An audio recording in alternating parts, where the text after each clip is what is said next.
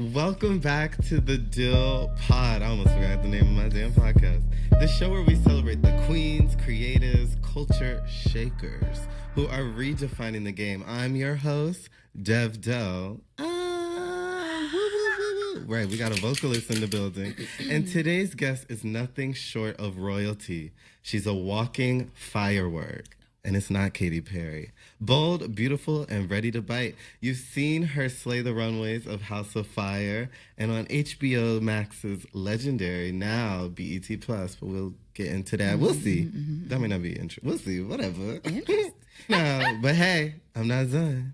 Today, she's giving us all the claws, literally, all the wisdom and all the love. Please welcome the one and only Lolita Leopard.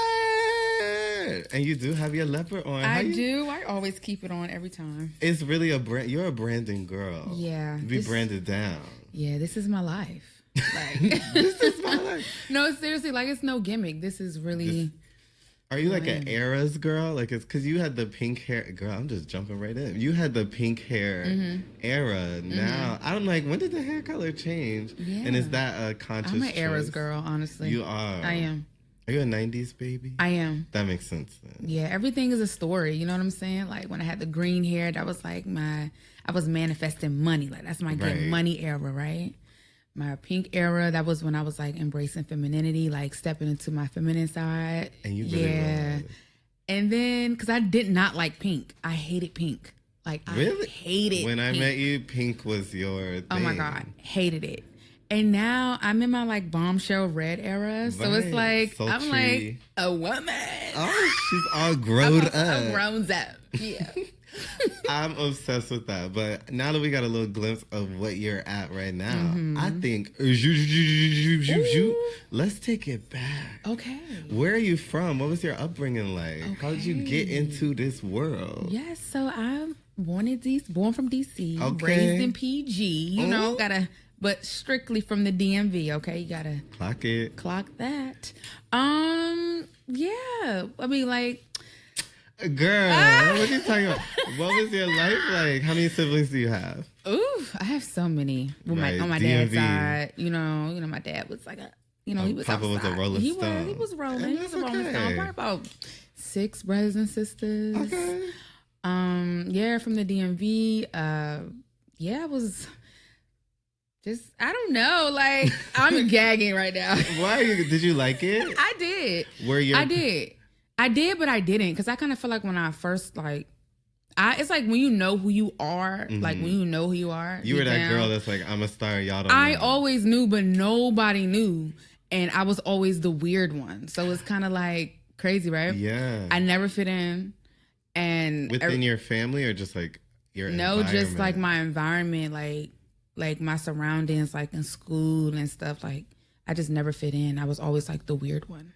I feel like there's a lot that's kind of a DMV. Like the DMV girls were wearing blue lipstick. Yeah, and then if you were one of the weird ones within that. Yeah, like I remember one time when I was in elementary school, I had like these metallic silver Reebok high top sneakers, right? Yes. And they were my grandmother's.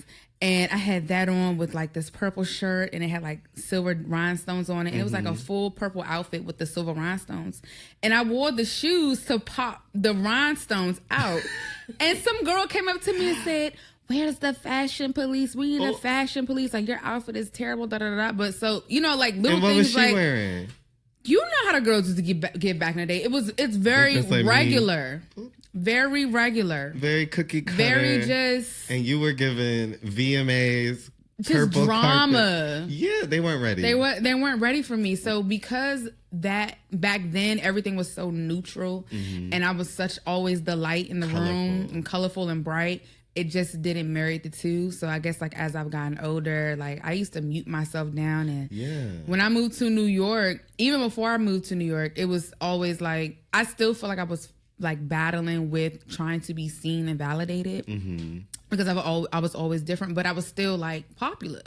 But it was kind of like I had to grow into being popular amongst a lot of already popular people. York. No, just in DC. In life, DMV in life. Did you period. feel like misunderstood? Yes. And like unheard? Mm-hmm. So what was that like? Like, how did you navigate that? Because you're a really confident person. So to be someone so young and like, I feel like most children want to look like everyone else because they're still figuring it out. So to be someone who's like, I'm gonna wear my silver Reeboks with who instilled that in you? Where did that come from? Do you know? The music. Music. Yeah. Like what? Like I used to listen to music like Mariah Carey. They can't take that away from me. Like that's like one of the soundtracks of my life. Like, cause she's saying, you know, they can say what they want to say, anything they want to say, but you continue to be the light. And Ashanti's Dreams, like dreams are real. You know what I'm saying? Yeah. Like Little Happy by Destiny's Child. Like those type of like that type of music when I couldn't have like anyone who understood me, I would go to that. And I would also just pour it out into my art, like with modeling and dancing and stuff. Like that was like, you know. Did either of your parents or anyone else in your family have like artistic endeavor? Like were you like the only artist? No. My grandmother's a singer. My dad is a singer. My cousin, he's a rapper. So it's always been indebted in my family. Like always going, when we went to church, I was performing and singing and dancing. And I've always been a part of like extracurricular activities as a kid. So all that. Would you say you were made fun of because of the way you act? Like, did you feel, because you say you were popular, but then also feel like people like made fun of the way you dressed. Did that affect anything like mentally, like from that standpoint? Did you feel... because you know in grade school I was not popular. Then in high school, that's when why do you think? I was just different. Like I said, I just didn't fit in with everybody else. Like it was, you know, the girls, they were loud, they were just da-da-da-da. The guys, I just didn't fit in. And you never felt the like desire to conform. I always think it's so interesting because people have these experiences and they either like go so left and become just like, I'm my own person, I'm building important, or they like kind of dilute and like lean into, especially in like elementary school. Like, it might come back later in college or something, but they kind of like chill out. But were you someone who was like, no, I'm wearing all the colors, I'm doing whatever I want, I'm loud? What's up? Or were you? It was a balance. It was a balance because I'm gonna be honest. I'm a cisgender woman, so I'm straight. Like, oh my god! Did you know? I did. You know what's so funny? On Pose, it took me the longest. I was like, is she? When we were on set for Pose, and because you were just a little too comfortable. I said she gotta be one of the girls. No, she was one of the girls. I am one of the girls, but like, no, I like guys. So just imagine, like, you see all the craziness and all the stuff that's going on in the heterosexual world. So just imagine me being like this colorful person, and it's just like, what are y'all doing? It's just like black and white. So then when as I've gotten older, I've always just been gravitated to queerness and gay guys and butch queens, and I've been gravitated to the girls. When did you find that through modeling? Yes. Because that's real. Okay. Yeah. How did you discover modeling? I actually didn't learn about that and I lived in Baltimore. Right. That's the T. That's how you know I've been in New York for so long. But I didn't learn about it until college when I was at University of Maryland, like DMV, PG County. And one of my friends who was straight at the time, I'm like, how you straight? But you is in these hips, pumping up and down, talking about some, They said they were straight. Yeah. Oh, girl. my God. But that's how I learned about that world. And I was like, oh my God, I would have ate this up. Why didn't nobody tell me? But it was like not a thing where it was such a like... It's such a DMV, DC thing. Yeah. So how did you discover that? How'd you get into that? In high school. Because they had like the troops. We had modeling and like we had like competitions like Catwalk Classic and what was the other one? Teens Count. And I pretty much started in high school. And then when I went to college...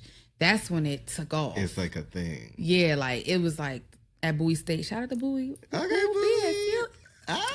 I'm sad. I started at Bowie State. Like I was like doing a college, like doing the homecoming fashion shows. Right. And then some people that was there, shout out to Living Legends, the CEO and them, they saw me. They were like, okay, well, let's be a part of booby trapped the. Because you were so good. Yeah, like I'm a performer. I'm a dancer. Like that's what I love to do. I love performing. So did it come naturally? Ever since I was a kid, I've always. This how you do it, and you said okay. Yeah, I adapt. Anything like I love a challenge, and especially when it's something that is like I love to do. I'm going to perfect it and be the best at it. Yeah. Were you dancing at the same time? Like, were you a dancer at the same time, or you? I was a cheerleader. So you were a cheerleader. You was a model. When did you start making music? I started making music. When was that? I want to say after college. Okay, so that when came I went to later. hair school. Hair. Okay. Girl, what's your sign? Hold up. I'm a Libra. Libra. Okay. Yeah. I'm trying to remember. I feel like they can't be trusted. What? I don't know. You said I could be trusted. Yeah. So let's just run through. You're a Renaissance woman. Very much Let's so. run through all the things you do. Okay. Now I'm not even. You talking about hair school, Bowie State this, modeling that, dance over here. Your first album, you got a Grammy. Like, girl, let's just run through it for myself and the people. Okay. So from Take the a top. breath. Yeah. Okay. This is very DMV. This is so deep. Like my mother always put me in stuff, so it's like you have to be in. She said, "Girl, you're gonna do everything until you figure out what it is that you want to do." And you said actually everything. Everything. Did you do sports after I told you to run? Okay, yeah, this is run through. So you want me to run down exactly what I as much as you can remember, like like at a serious level, like I did baseball for a season, and that don't count. Noted. That you committed to. Gotcha. Dance. I see that. Modeling. We know that you're a legend. I am in the modeling. I am a legend, up and coming icon, Hall of Famer. Okay, say that one more time, baby. I am a Hall of Famer. Right, I'm with in your the Hall whole of chest. Fame. Y'all hear that? She put the bass in her I'm a voice. legend, but I'm also up and coming icon in DC. That's crazy. Yeah. You say, so modeling, dancing, softball, step. Step. Step. Stomp the yard. Cheerleading, choir, theater. What's your favorite musical? I love Dreamgirls. What's your dream role? My dream role? If you were like in your theater bag, you said, I'm committed to. Like in that movie, who would I want to be? Or just a dream your role? dream, like theatrical role. You got me jumping all over the place. I'm just curious. I don't know. I never thought about that. That's honestly. actually shocking. Right? You're such a manifester. I know. I never thought about that. You said we're not there yet. We're still working on this. Yeah, I'm still this. But you know what? Thank you, because that's going to be on the docket for the next thing. The next vision board. Yeah, yes. Oh my God. Okay, so let's talk. We kind of talked about the modeling of it all. Can you kind of like explain to the best of your knowledge, like what is the difference between like the modeling world and ballroom, and like kind of explain? I think people would think it's the same thing. It's really, no, it's not the same thing. Right. It is the same thing, but it's not the mad. same thing. But it is a subculture of ballroom. Oh. Yes. Because one of the founders who came from ballroom, her name is, what's her name? Sorry. Oh my God. Look it up, y'all. Dallas came from the ballroom scene and brought like runway to DC in a way. So we have like in the runway scene, there's like all American, which is in ballroom, but then we have subcategories for the female figure category, which is like female figure, which is like straight up and down. That's like just the model catwalk, like straight up and down. Then you have diva, which is my category. Okay, that's more so like. You know, you just like a little twist step and fever and like sass and like shade and things like that. Blue Ivy. Exactly. Then you have midget runway. You have technique runway where you're spinning. That's what my friend did. Yes, you have butch queen up in pumps. And then you have butch queen runway. You have Devo. Devo is more like a sassier all-American. Oh, God. The labels. It's so much. And then, of course, in ballroom, you know, you just have female figure runway, which is like women's, femme queens, drag queens. Then you have butch queen runway, short, tall, big boys runway. Okay, and then you have all-American. But Like if do a lot of model people. Mm-hmm. I'm really ignorant to this. It's okay. Do a lot of model people cross both? Like, yes. And is modeling, to my knowledge, is more like DMV. Like that isn't. Well, there was a point in time where we stirring something where it gets hot. I can feel it. When it was me and my best friend. Shout out to Venus Balenciaga. Shout out. We came to ballroom when our scene died. Like it was like the icons didn't want nothing to do with it. They were just like, you know what, we're moving on. So the scene was the modeling scene. Okay. So the scene was sceneless without any leaders. So I ain't got nothing to do. So we were the leaders that were like trying to like keep the scene to keep going. Like a bunch of us like try to keep it going. Mm-hmm. And then once it was just kind of like, okay, well, they're not doing anything. Like we're not getting any help. Mm-hmm. So we just went to ballroom. So then when we came to ballroom, they were giving like, oh, y'all got these model troupe girls here. Like they walking, like we changed the game for ballroom runway. Say it. And they hated that. Ballroom hated that. To fast forward 10 years later, everybody has a girl from the DMV in their house. Because the walk is nasty. It's undeniable. The hip be in the air. It's undeniable. I feel like every runway person now, like, you see that. Yes. As someone who grew up in that world event in my younger years, that walk is from there. And the only other place I kind of saw that was on America's Next Top Model when they had in the church. Yeah. And they were doing a spin. Mm-hmm. Is that also? Do you know what I'm talking about? I don't remember that. That was Jade's season. Okay. Do you know Jade? Thank you for believing in me.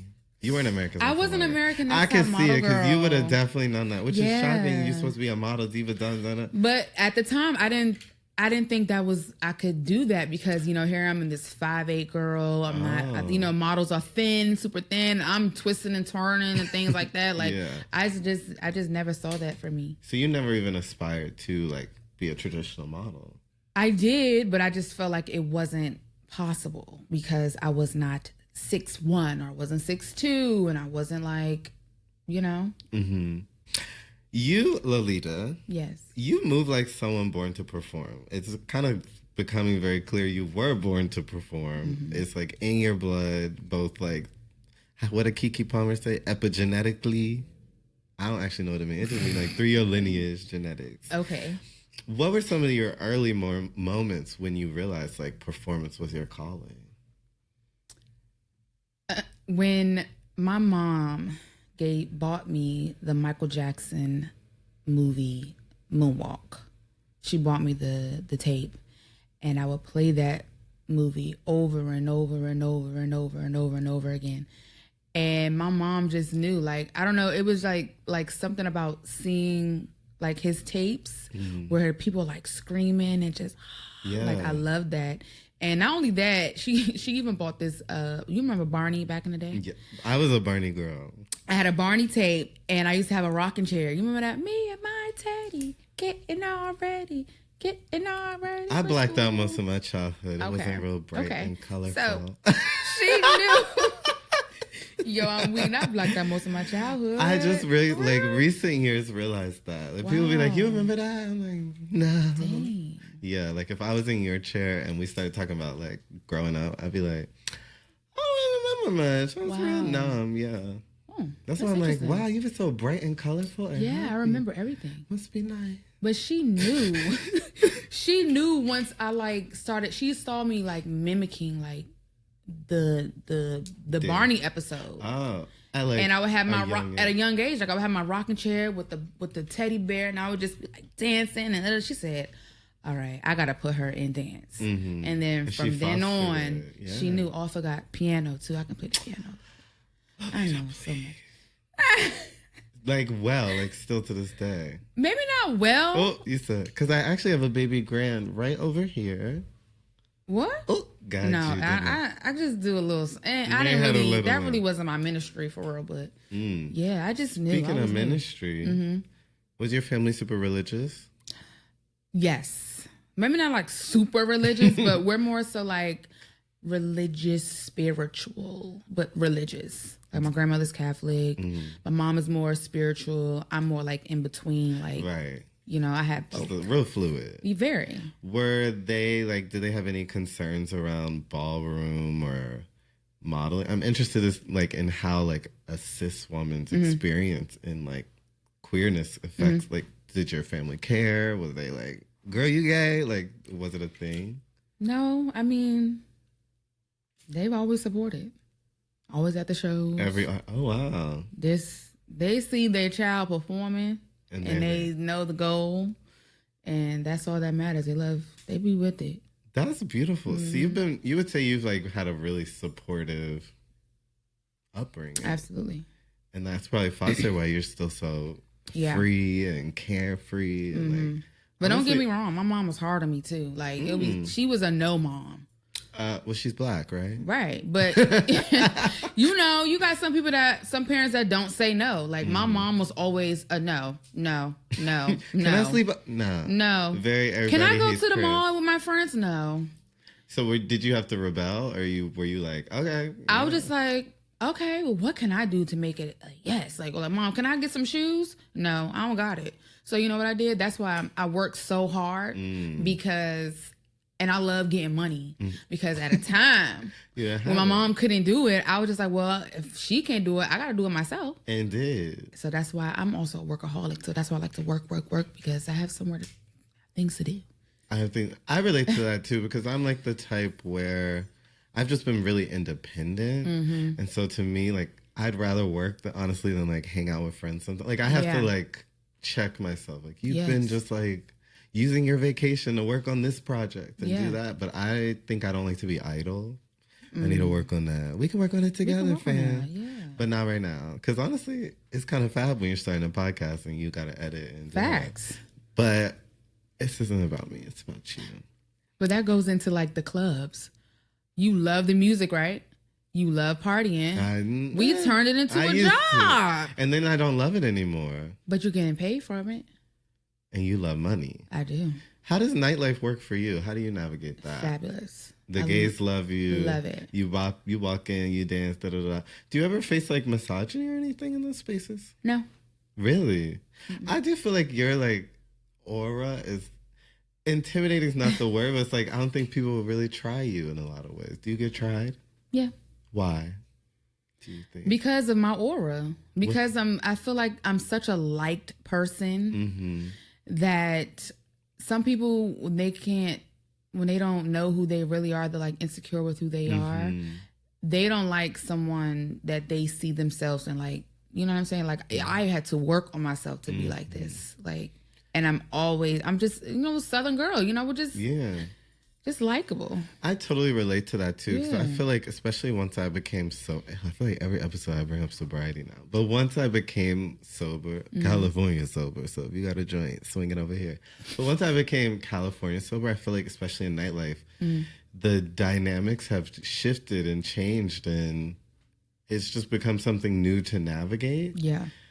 And people, when you're sober and they're not, you feel the projections that you're mentioning just like so much more. I think before I was actually starting to be insecure because I was internalizing so much of what's being thrown at me because I'm not in my right mind. Right. I feel that. And what's a California sober? I've never heard that before. That means you still smoke weed. Oh, that's cute. But you like don't drink, no other drugs. Wow. I would dabble in a mushroom. Okay. In a shroom? In a shroom. Time to time. Like this the California. A micro. I don't know if that actually. I feel like it probably still counts as. Okay. I just don't be drinking. I don't be snorting nothing. Yeah. I'm not shooting it up. Like keep all that over there. Over there. I was actually sober for a year and 8 months. Yes. And what sparked that? I was just like, okay, so every August I always like I've always taken a break from drinking because like that's like the year that my little cousin passed away. No, I'm sorry, excuse me. That's the year of her birthday. That's her birthday month. So I will always just like spiral out of control in August. Like emotional. Yeah, like because when she passed away, she was 7. Oh. So she was real young. So it was like, just imagine like not being able to live your full life. Like you didn't see anything. So that kind of messed with me. So I will always spiral out of control. And then that's when one year I was just like, you know what? Let me just keep going. Let's see what happens. And then when that happened, so much stuff happened. Like life started lifing, and then a lot of people fell off, and then a lot of friends, a lot of relationships. And then I started becoming more in tune with myself and like pouring all of that into me and like knocking everything down and just working on my music or working on my mental health and working on my spirituality and my religion, getting more closer to God, journaling, reading the Bible. Like I was doing all of those things. You were pouring into yourself. Pouring into myself. And I told myself, when I take my first drink, I am going to feel healed and just like, I'm going to be excited because now it's like, I'm a new person. I know how to control it. And I know how to be present.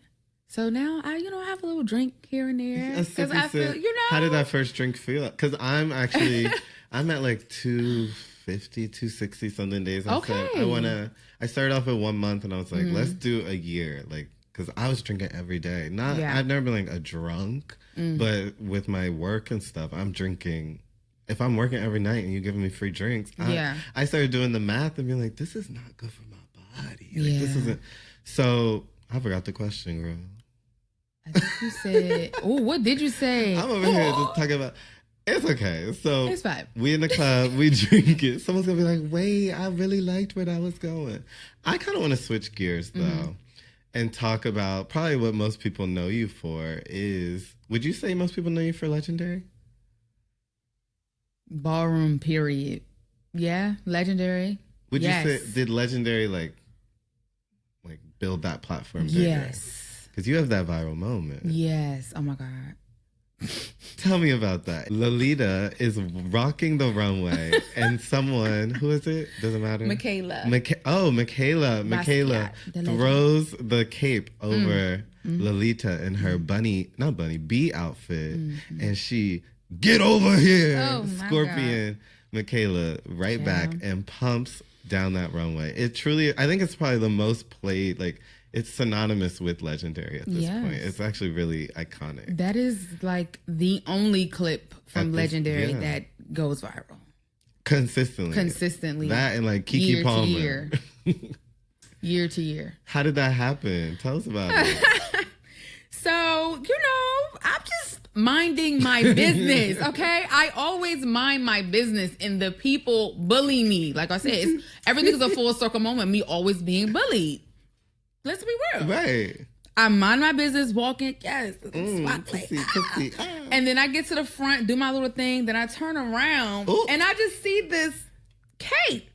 Like and then when I look, I don't know, it was just a reflex. Like, God don't play about me, okay? You don't play about me. I don't play about me either. Right. And one thing you're not going to do, I don't like being embarrassed. Right. So one thing you're not going to do is trying to embarrass me on national TV. But in the moment, everything is just happening so fast. So I'm really great. My reflexes are 100%. I'm a cheerleader. Spider-Man, I'm a dancer. So you got to be able to move quick on your feet if something happens. If you fall, you got to be quick. You got to change. Baby, she threw that cape. You caught it. I literally, my jaw dropped. I was like, are they going to fight? But what's so crazy is it was a beautiful moment. Yeah. Because just imagine if I really wasn't in my right mind and I wasn't a performer and I was just super reactive. Anybody would have just dragged her. She would have just fell on the ground. Just imagine she would have fell on them tall pumps. But no, it was just a cute little... you didn't... I didn't get hurt. I just get... It was almost... It didn't give, like, planned, but it was so perfect that, you didn't even look back. No, people always think caught it's it looking ahead and just, it was so kismet. Just right time, right place. When you're in those moments, I feel like you're, a different person. Your energy's different. It's, a little bit of the Sasha Fierce element. Do you have, another persona, or do you, tap into something else? Who is that person? She is the baddest alive. She does not play with herself. She knows her worth. Okay. And she knows her power. And I just, like I said, I feel like that girl is fighting all of the bullies for little me. You feel me? She really, I don't know. It's just, even with the other clip that just went viral again when Karma put the mics in my face. Part. Did you see that one? Did you move it out the way or something? No, when he put the mic in my face, I grabbed his mic and I was rapping like this. Oh. And then I gave it back, and then he went to go tap it, and then it wasn't on. Stop playing with me. Right. It's like, no shade. I mind my business. Yeah. So when people poke, then you're going to get embarrassed. Like, don't poke me. Don't antagonize me because I'm the one to embarrass you. You think you're going to embarrass me? Absolutely not. If you could, that's incredible. You said no weapon formed against me. I'm blessed. If you could summarize your legendary experience in like one word or one sentence, if that's easy. The show? Yeah, just that experience. Okay. It could be the takeaway. It could be a cryptic message. It could be anything. How would you like package that moment? She thinking, y'all. If I could package that one moment, the whole entire thing would be, I told you so. Oh, tell me about that. I just feel like I said, being an underdog, people not believing in you, not believing in the vision, not seeing the product and trusting and fighting against, and then turning out to be greatness. Like, listen, I promise you, I'm not the one to gatekeep. I want everybody around me to win. And like I said, that legendary moment it was just like a tale of my life, of my story, of who I am. It's really cool to hear you talk about, because when you see it, it's like, oh, it's a cunty moment. And then hearing your story a little bit more, it really is like a snapshot that does kind of, I'm like, let me watch the movie of Lolita Leopard. It feels like a movie. It is. I feel like I'm living. You have chapters. In That's a what movie, we're talking. yes. That means this is just the beginning, girl. Speaking of just the beginning, should we talk a little House on Fire? Yeah! Which is newly, I don't know why I said it like that earlier, now on BET Plus, which is so major. Oh my God. Insane. Me and one of my best friends, sister, brother, Saucy J, we used to watch every single episode the second it came out and then discussed it. We followed the whole cast, except for the ones that I blocked. But but we followed most of the cast. And I be getting too real. But that show is so incredible. As someone who's like a housewives type of person, I feel like we've been craving that, especially for the ballroom community, because it is kind of this like, gate kept isn't the right word, but like protected or like you gotta gatekept. You're right. Okay, we gatekeep. Okay, good. I don't think of it as a negative thing, which that word sometimes no, has. we have to. But that show really gave us a glimpse into like the family, the community of it all. When I was watching it, I was like, drag on, which is probably annoying to y'all, but I'm like, drag needs this. Like our art isn't just a competition either, right. And it like really humanized y'all. Yeah. How was that experience like, and how did it come about? Wow, it was honestly one of the best experiences I've had. I feel like I got a second chance because the first show that I ever did was My House, that was on Viceland. Oh yeah, which was also kind of similar to that. It was like a docuseries that followed our lives, and that was when I first moved to New York. So this go round on House on Fire, I was more like, okay, let me let people into me a little bit more. You was the voice of reason. Yes. You were the Cynthia Bailey. Absolutely. That's me. Like, she's just putting out everybody's fire, telling little jokes, just Auntie Lolita. Yeah, that's my vibe. So it was dope. And then too, that was like around a time where I was in the house for about 2 years at the time. So it was still fresh with me getting to know everybody on the board.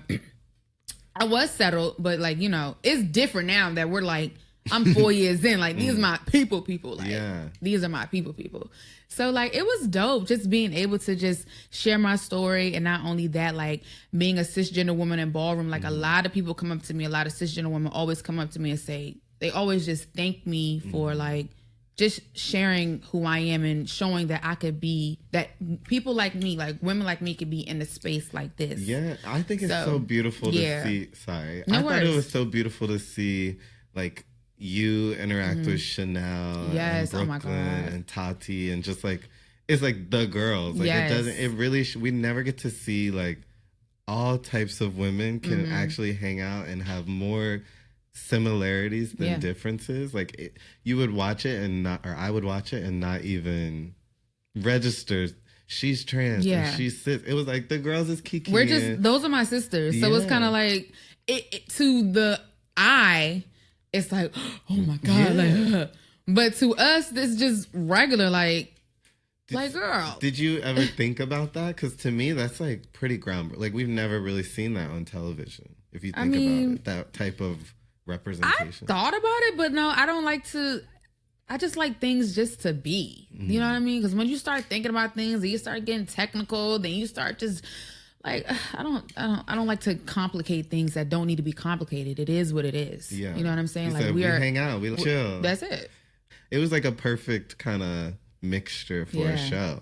I love my house. And I think on BET Plus is the perfect, like it's so perfect because like granted with us being on WOW, it was more like, you know, Drag Race based and it was more, which is still great. And it's also international because it's all over the world. So shout out to WOW for that because we even went to DragCon last year and we won a WOWie. Like they were just loving us last year. So this year with us being on BET is super groundbreaking because it's like, it's a literal show about ballroom, trans women, cis women, creativity, arts, hair, like a family. It's your It's just like we're really groundbreaking on BET Plus, and everyone in the comments is like, "Can we get a season 2? Season 2? Season 2? Season 2? Season 2? We saw this already. We need a season 2. Like, what's going on? What's going on? What's going on?" We like, God, can we like? We just need y'all to tap in. Yeah. BET, we know y'all seen it. Just let the show run or something. But we need. You got to stream it on BET. Absolutely. Now. Yeah. So what would you tell people if they want season 2? Tell to the camera what they got to do. If y'all want season 2. Keep watching the show over and over and over and over. Tell your girlfriends, your girlfriends, girlfriends, girlfriends, and your girlfriends, girlfriends, girlfriends. Keep sharing. Like, you know how to be like, share it live, share it live. Share the show, share the show. What would you want to show? Now that you've done it before, what would you want to show in season 2? Like, now you know, understand the experience. You can be a little more intentional. I compare everything to Housewives. Season 2 is when you come out with your business. You have to, would your strategy or goal be? I would want to show more of like I want to get deeper with me. You know what I mean? That too. I feel like the world needs that. I've been such a surface like I want people to see pain. I have a story to tell. So it's like, you know, I feel like it's layers and levels to like how you elevate and how you connect with your like your audience. And I think they're ready to see some pain and some cries and some rebirths. And you want to get real. I want to get deep. I think we want that from you. Yeah, I think we want to know the story. We want the tell all. We want the journey. The journey. It's the journey. Yeah. Speaking of the journey, so if we were to like put a bow on that experience for now, how would you define that chapter of your life in the same way we did Legendary?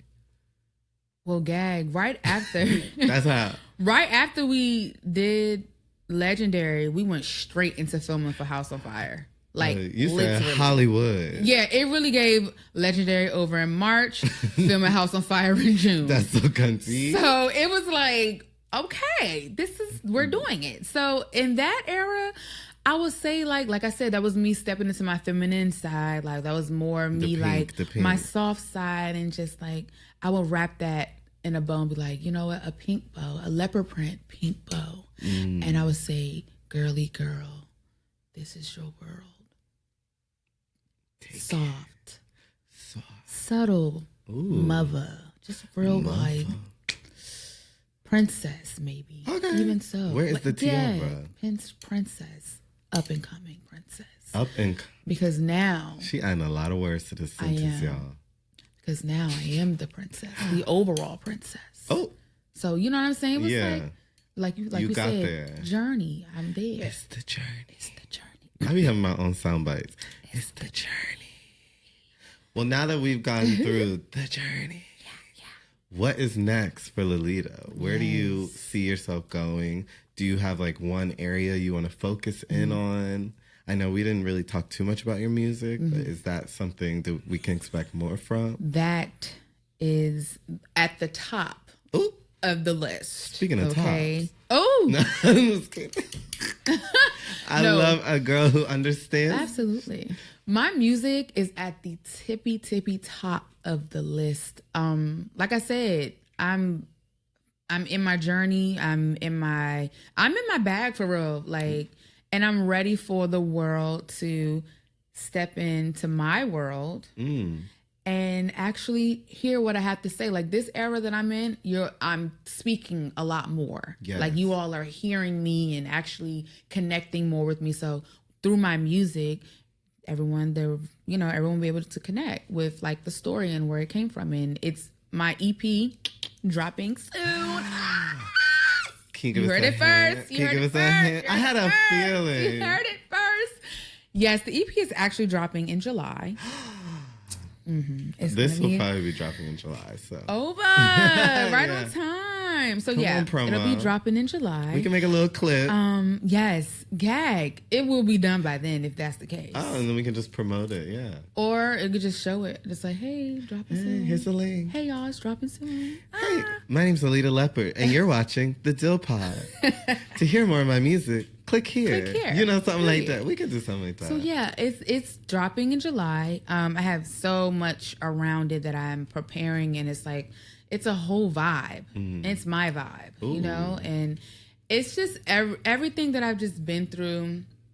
Me finding myself, like I said, it's like very ballroom driven. But you know, it's fab. I don't know. It's fab. It's just so ballroom, fab, dance, fun, and it's coming out in the summer. It's exactly what we need. Y'all, we're gonna take a little break and we will be right back. All right, y'all. We are back with Lolita Leopard. Yeah. And we are gonna introduce you to our segment In a Pickle. Cheers. So let's take a bite. Okay. I'm having a spicy one.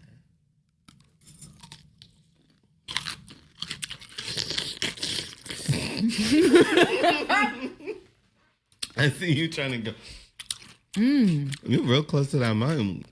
What do you think? It's real kosher. It's real kosher.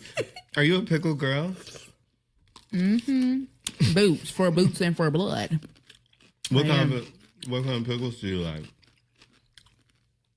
I like kosher and salt and sour. The sour one. Those are sour. I think you have a sour one. That's not sour. It's kosher. Okay. Let me find out. I don't know nothing about pickles. Terrible.